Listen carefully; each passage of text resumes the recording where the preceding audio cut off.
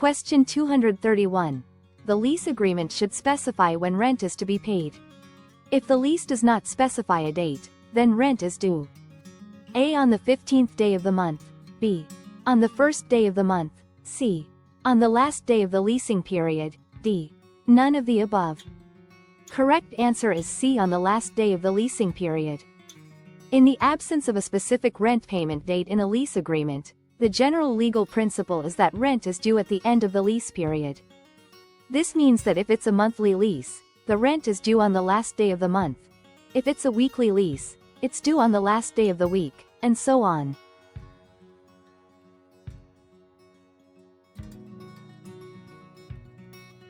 Question 232.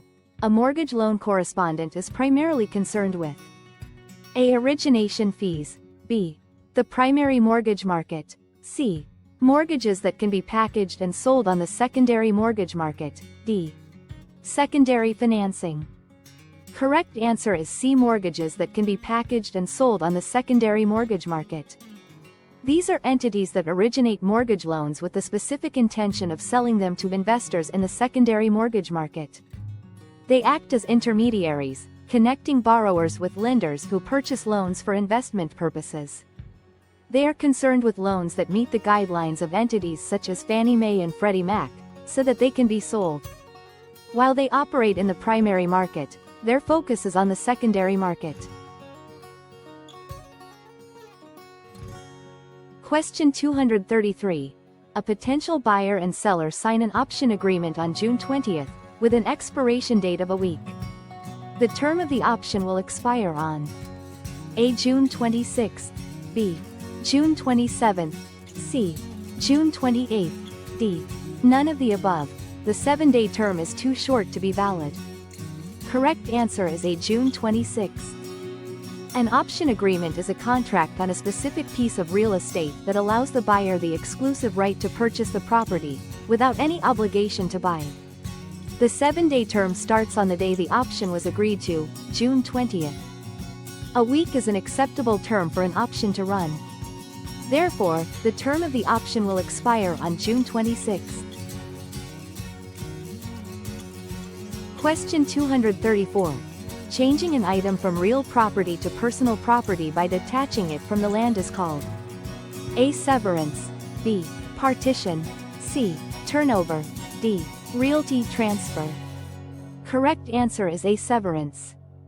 Partition is the legal division of co-owned real property. Turnover generally refers to the transfer of possession or control of something, but not specifically the conversion of real to personal property. Realty transfer refers to the transfer of real property itself, not the change from real to personal property. In real estate, severance refers to the act of separating a fixture or other item from the real property, thereby converting it into personal property. For example, removing a built-in bookshelf or a chandelier.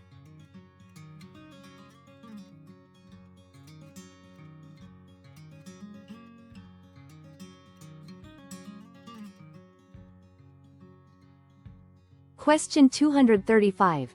The term, unearned increment, could refer to A. An increase in value due to a rise in population. B. An increase in value due to the construction of a shopping mall. C. An infusion of capital from a new investor. D. None of the above. Correct answer is A. An increase in value due to a rise in population. While the construction of a shopping mall can increase property values, this is considered an improvement and not necessarily unearned. An infusion of capital from a new investor is a direct investment and not an unearned increase in value. Unearned increment term refers to an increase in the value of real estate that occurs without any effort or expenditure on the part of the property owner. It's often attributed to external factors, such as population growth, changes in zoning, improvements in infrastructure, general economic development in the area.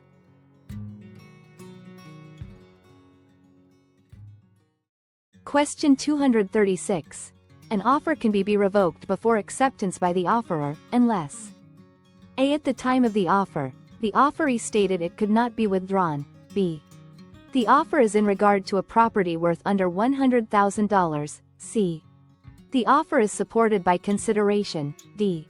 The offer was recorded. Correct answer is C. The offer is supported by consideration. When an offer is supported by consideration, something of value, it creates an option contract.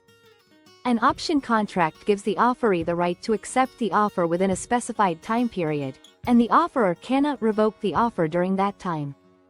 Generally, an offer can be revoked by the offeror at any time before it is accepted. However, an option contract is an exception to this rule.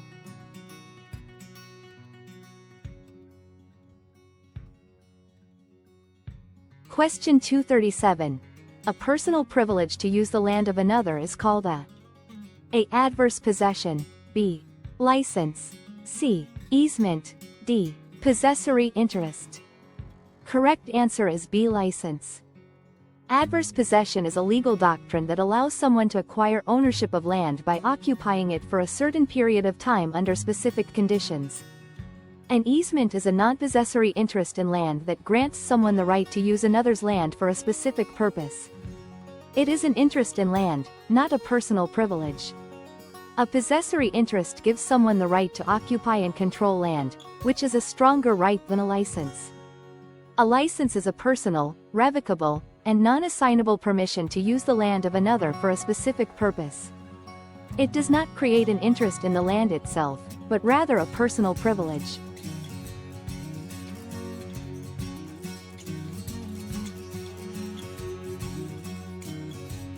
Question 238. This owner of which kind of apartment property possesses the unit itself in severalty but shares ownership of the building's common elements with other unit owners? A. tenant tower, b. property in commonality, c. subdivided apartment complex, d. condominium. Correct answer is D. condominium. Tenant tower is not a standard real estate term. In a typical apartment tower, the landlord owns the entire building, and tenants rent individual units. While tenancy in common is a form of co-ownership, it doesn't specifically describe the unique ownership structure of a condominium. While apartments are subdivided, this does not describe the specific type of ownership that a condominium has. Condominiums, condos, and co-ops, too, embody a combination of aspects of individual ownership and concurrent ownership. Condo owners share ownership as tenants in common.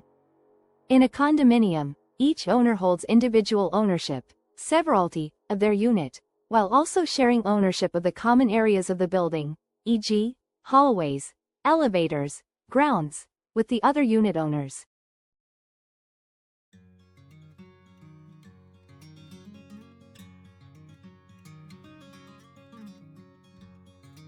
Question 239. A broker allegedly commingles a buyer's deposit with his own personal account. The buyer sends a verified complaint to the real estate commissioner who A. can decide whether to pursue an inquiry into the matter or not, b. must pursue an inquiry into the matter, c. can only refer the matter to the district attorney, d. can only pursue an inquiry if the amount of the deposit is over $50,000. Correct answer is B. must pursue an inquiry into the matter. Real estate commissioners, or equivalent regulatory bodies, have a legal obligation to investigate verified complaints of alleged violations of real estate law, especially those involving mishandling of client funds, like commingling. Commingling is a serious offense that can lead to disciplinary action against the broker. There is not a dollar amount minimum to investigate commingling.